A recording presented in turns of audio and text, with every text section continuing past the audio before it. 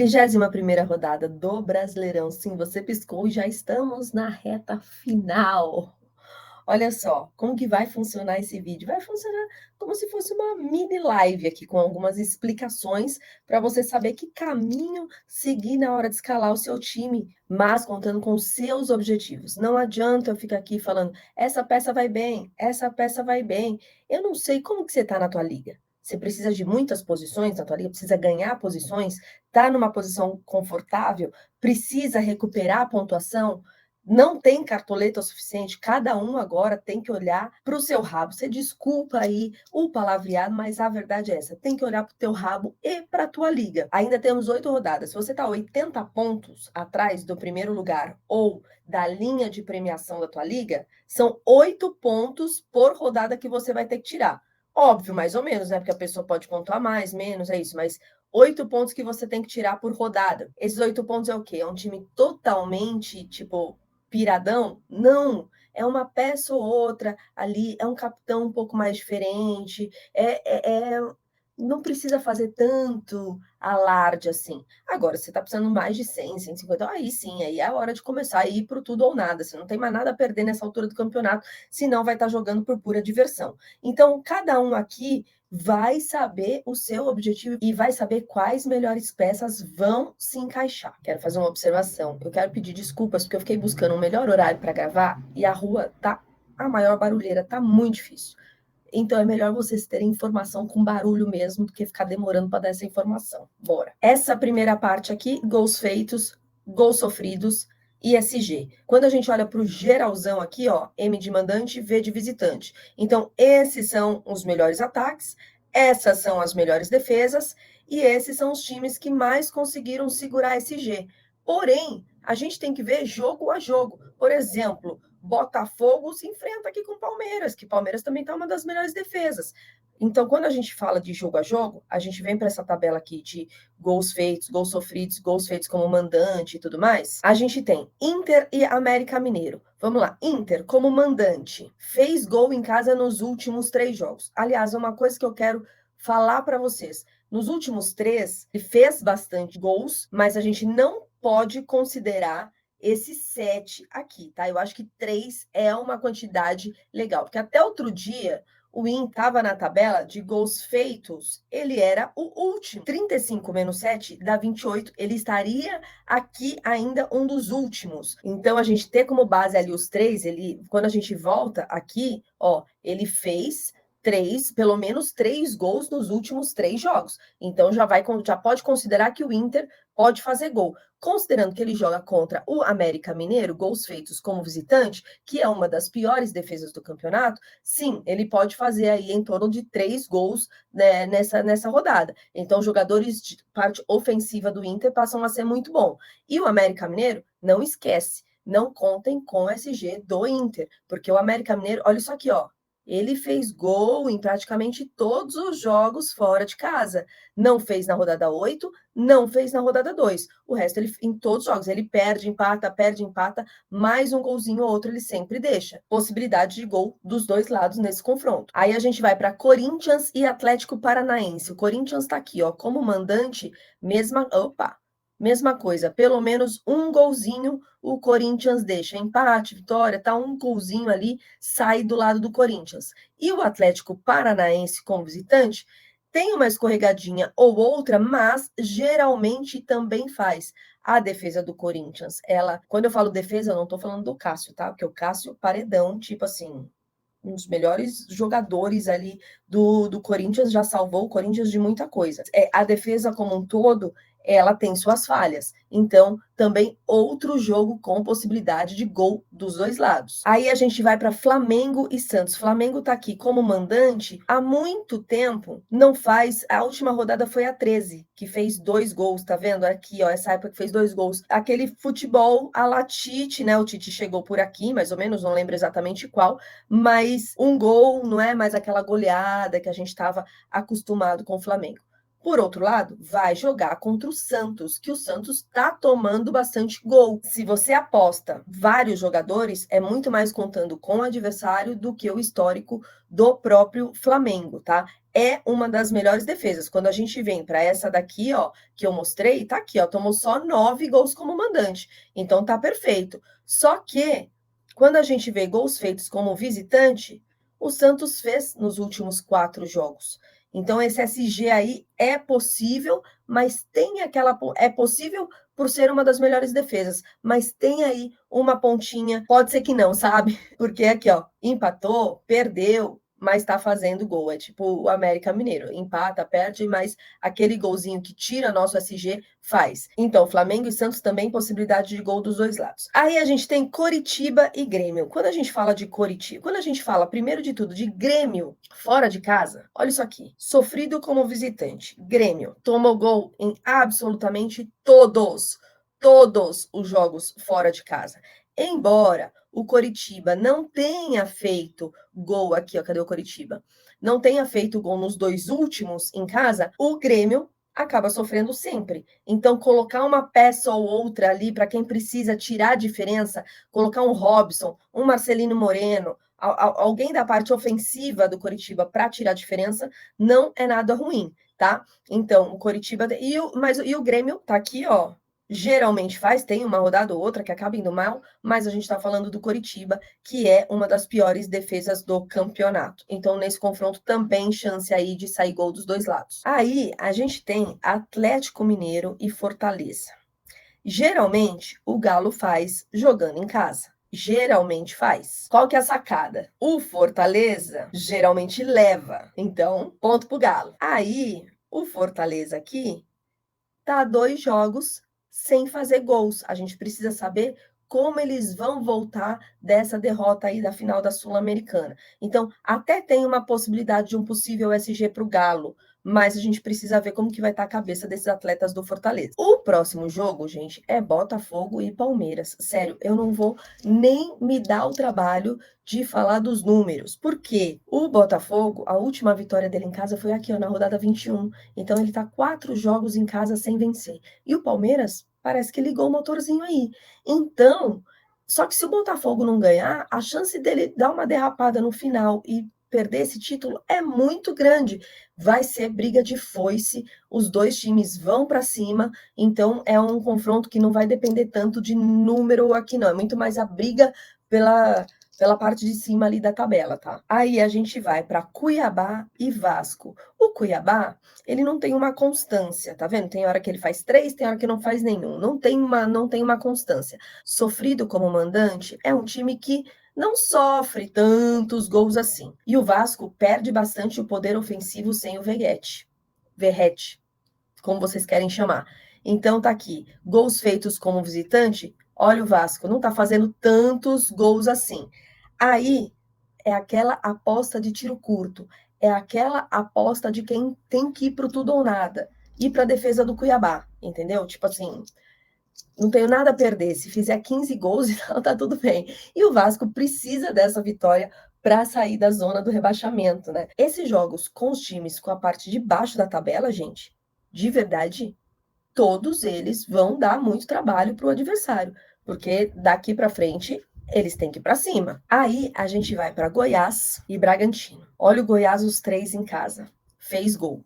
O Bragantino, fora de casa, também fez gol. Probabilidade grande aí de gols dos dois lados. Se você for usar alguém da defesa do Bragantino, vai ser alguém como um Juninho Capixaba, alguém específico ali que te dá ao menos uma média básica. O Juninho Capixaba é aquele lateral que finaliza bastante, então ele produz bastante scout. E depois a gente fecha a rodada com São Paulo e Cruzeiro. Quando a gente olha aqui naquela planilha, o Cruzeiro ele tem sim uma das melhores defesas, tá? E o ataque também não é tão ruim. Só que o São Paulo jogando em casa, quando a gente olha aqui para o São Paulo jogando em casa, teve essa derrota aqui, mas ó, pelo histórico, ele tem uma quantidade bacana de gols. Então, ele é o favorito para essa rodada. Então, algumas peças também na parte ofensiva do São Paulo valem muito a pena. O Cruzeiro, fora de casa, ele oscila bastante, tá vendo? Oscila bastante. E aí, quando a gente vê para o gol sofridos do Cruzeiro, que a gente vem aqui para baixo, ele não sofreu nos 2 últimos. Ele tá com uma defesa um pouco mais consistente, o Rafael Cabral tá trabalhando bastante. Mas então é isso, mas tem aí os seus favoritos do São Paulo na parte ofensiva que pode dar bom. Dito isso, bora agora escalar o nosso time no Cartola. Vamos lá para o nosso goleiro. Eu tirei aqui os prováveis do goleiro para mostrar uma coisa. O Lucas Perry não foi nada bem na rodada passada, é verdade. Mas olha uma coisa aqui. O Marcos Felipe, que enfrentou o Palmeiras na rodada passada, mesmo tomando o gol, ele fez 7,50. Então, se você quiser colocar o Lucas Perry, porque ele tá bom na questão da valorização, quase ninguém vai e vai ser exigido, pode ser uma boa opção aí para você. Vamos lá, Léo Jardim pode ser uma opção ousada, o Bento pode ser uma opção bem ok, que pega esse mesmo Corinthians que fez o João Paulo ir bem aqui, que teve bastante chute a gol, então acho que o Bento é uma ótima opção. O Everson também é uma ótima opção. Rafael também, eu gosto para essa rodada. O Tadeu por uma questão de ser bastante exigido, porque o Bragantino é o time que mais finaliza. O Rossi por um possível SG, né? Se não pegar um Santos ali, o Santos que vai estar sem o Marcos Leonardo. Então eu não sei ainda como que vai vir esse Santos. Até o momento que eu gravei esse vídeo não foi definido um possível Santos, então pode ter aí um SG para o Flamengo. Eu acho que é isso. Vocês vão ouvir muito falar do Rocher porque enfrenta o América Mineiro. América Mineiro é a pior defesa do campeonato, mas não é o pior ataque do campeonato. Então, dificilmente o Inter fica aqui com esse SG. Depois vocês vão receber o time completo, obviamente, lá no canal do Telegram, mas por enquanto eu vou de Bento e aí eu faço o hack do goleiro lá para colocar o time para vocês, tá? Bora lá. Léo Pereira, além, eu acho que é uma boa, ele é bom na bola aérea e o Santos sofre na bola aérea. Maurício Lemos, gosto. Gustavo Gomes e Murilo, até mesmo o Vitor Cuesta, vai ser um jogo difícil, como nós já falamos, mas são caras que produzem scout. Joaquim, perdendo SG, Santos jogando bem marromeno, tal, fez 2,30, então tem aí uma média até que ok. O Joaquim tem média básica, tá? Então, assim, o Santos tá perdendo SG todos os jogos. Então, o Joaquim vai te dar ao menos média básica. É isso que eu te falo. Olha a diferença. O Lucas Veríssimo também tomou gol. Ele tem uma pontuação bem menor. Lucas Veríssimo já não tem média básica. Léo Ortiz é uma opção bem bacana. Gil tá jogando demais, sério. Gil tá jogando muito. Parece que ele é um atacante, é o melhor atacante do Corinthians. Por jogar em casa, Beraldo é uma boa opção, também tem média básica boa. E aí, daqui para baixo, eu acho que é tudo aposta. Não temos, nossa senhora, quantos zagueiros maravilhosos e tal, mas temos. Então, aqui a gente vai de Léo Pereira e Gustavo Gomes, tá? Aquele lance, né? Se faltar cartoleta lá na frente, a gente repensa aí como vai fazer. Eu acho que o Marlon sempre tem que estar, tá?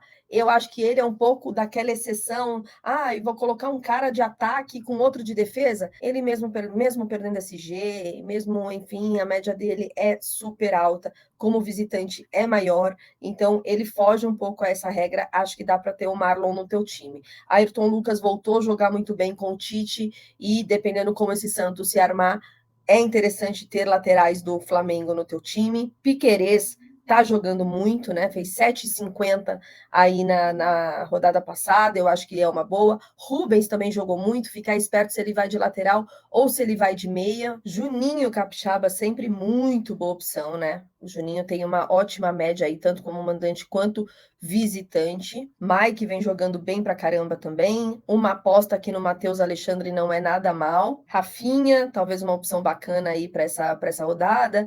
Todos os outros aqui eu acho que são bem apostas. Aqui a gente vai com Rubens e com Juninho Capixaba, tá? Para fechar as nossas laterais aí. Poderia ir de Marlon, mas eu acho que vai ser um boom de cartoletas e vai faltar lá na frente. Depois, se sobrar, vocês recebem o time certinho lá no grupo do Telegram. Rafael Veiga, ai, não vou, Rafael Veiga, não vou, Rafael Veiga. Voltou a fazer gol, o menino voltou a fazer gol, jogo difícil. Menino das bolas paradas, eu acho que é uma ótima opção aí para sua rodada. A Arrascaeta contra o meio-campo do Santos vale muito a pena. Um Ranielli como aposta é legal. Ah, o Cristaldo é outro também, que lá na nossa live fizeram tirar o Cristaldo do time. Não, o Cristaldo não tá fazendo nada e tal, né?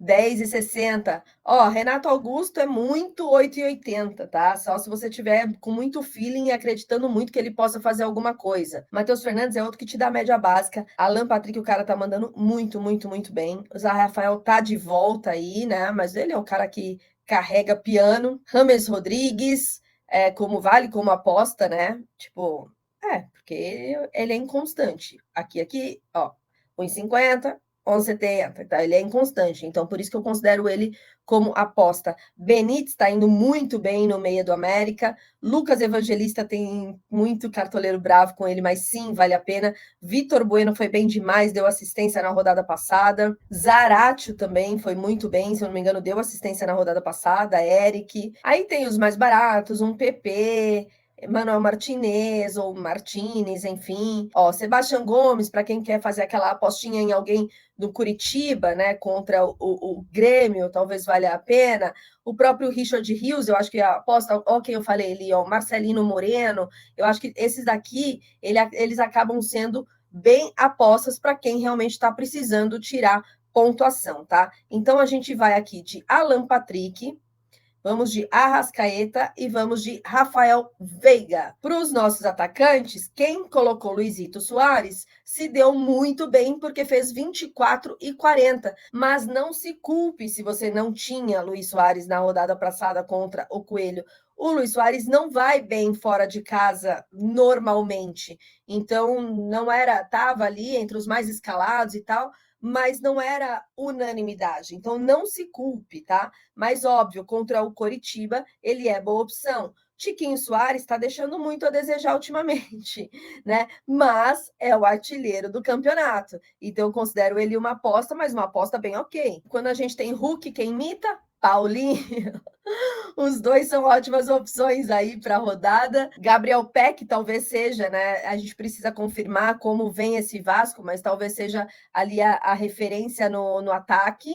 E aí passa a ser uma ótima opção. Pablo, ok. Robson, aquela apostinha que eu falei. Sacha, ok. Pedro pode ser muito bom, já que o Santos toma gol toda a rodada. De repente, o Pedro aí não é tão caro. Luciano, uma baita opção para essa rodada. Yuri Alberto, bem apagadinho contra o Santos. Eu trato ele como aposta.